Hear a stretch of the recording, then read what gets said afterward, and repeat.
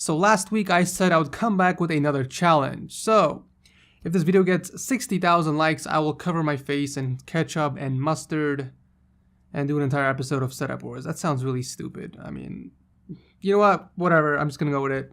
60,000 likes, ketchup, mustard on the face. Yeah.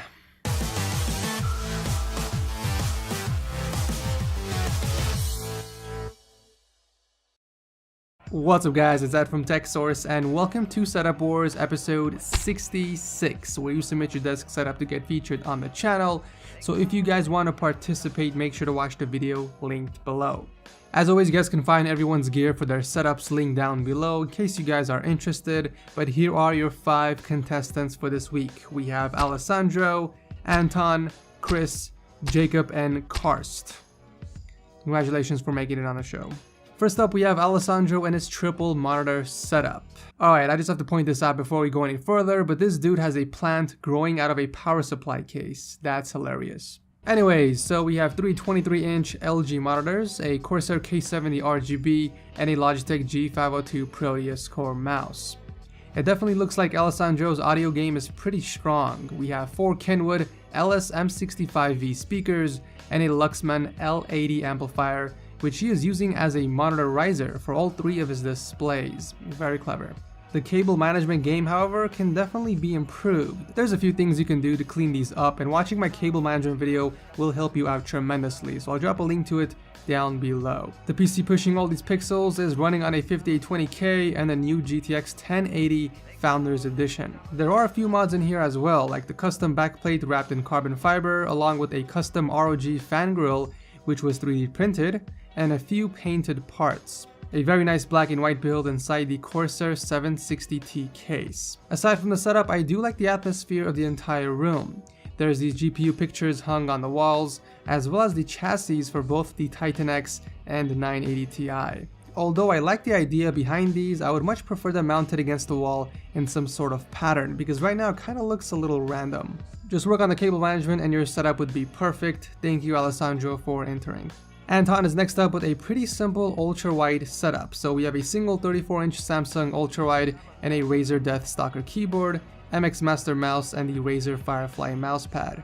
Near the back of the desk, we have a pair of Philips Hue lights, a Kingston card reader, USB hub, and a levitating light bulb. That looks pretty dope. To the left of his setup, he has a console gaming area with a massive TV that's hooked up to the Razer Leviathan speaker, and also we got the PS4 with some D-Brand skins. It also looks like he connected the PC to the TV as well. I'm guessing for when he wants to watch videos from his PC, he can basically just chill on his bed. Organization is definitely one of the strong points of this entire setup. Anton did a really great job with the cable management, and everything just seems well organized. Nothing is left on the desk, and it seems like everything has its own dedicated storage. I'm very pleased to see this. And finally, the PC that's powering the setup has a 6700K and a GTX 980 Ti inside the Corsair 750D case. Overall, this is a very clean and organized setup. Thank you, Anton, for entering. Let's change the gears up a bit and take a look at this very unique Mac setup. Right off the bat, I love the presentation. It's colorful, symmetrical, and very clean. We have a 27-inch Retina iMac on top of the very popular Grove-made walnut monitor stand, and actually he's using the Grove-made walnut set across his entire setup. The keyboard tray, wrist pad, and phone stand. At first glance, I thought there were 2 monitors on the sides, but those are actually digital art frames. I guess they cycle between photos over time. Definitely haven't seen one of these in a setup yet, and it's very refreshing to see. If I were to describe the setup in one word, I would say personality.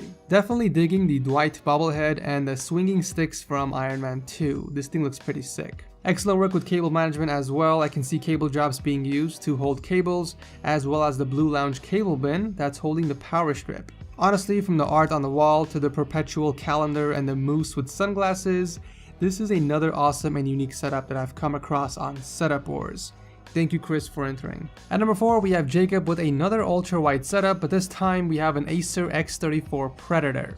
The keyboard of choice is the Logitech K810 paired with the Logitech G502 mouse, and for some reason he has a Cooler Master Quickfire Rapid tucked underneath the desk. There's also the Audio Engine HD6 speakers on both sides of the desk, and a pair of Sennheiser HD98 headphones resting on the top. A few other things on the desk include his 13-inch MacBook Retina, a D1 DAC, and an iPad Pro.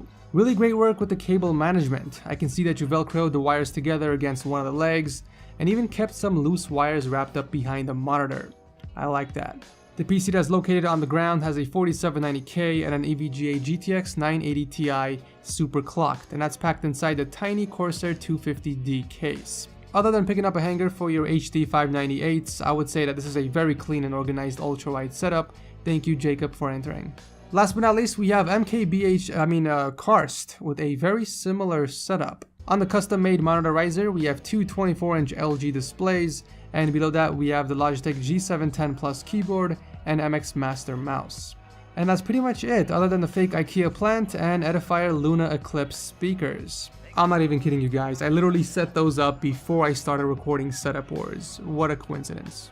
Cable management looks pretty good. I mean, it could definitely be improved by using Velcro straps instead of zip ties, and maybe even a channel raceway or cable sleeve to hide the wires. And finally, the PC down here has a 4670K and a GTX 960. Honestly guys, if you're going to go with an unlocked CPU, please buy an aftermarket cooler. If you're going to be sticking with the stock heatsink, you can save money and buy the non-K version instead, especially if you're not going to be overclocking. Other than spiffing up the cable management a bit, this is a dope looking setup. Thank you Karst for entering. So which of these setups is the best? Make sure you drop your comments down below and vote. I will announce the winners on Sunday on my social media platforms. That's basically it. Thank you guys so much for watching, and I will see you in the next video.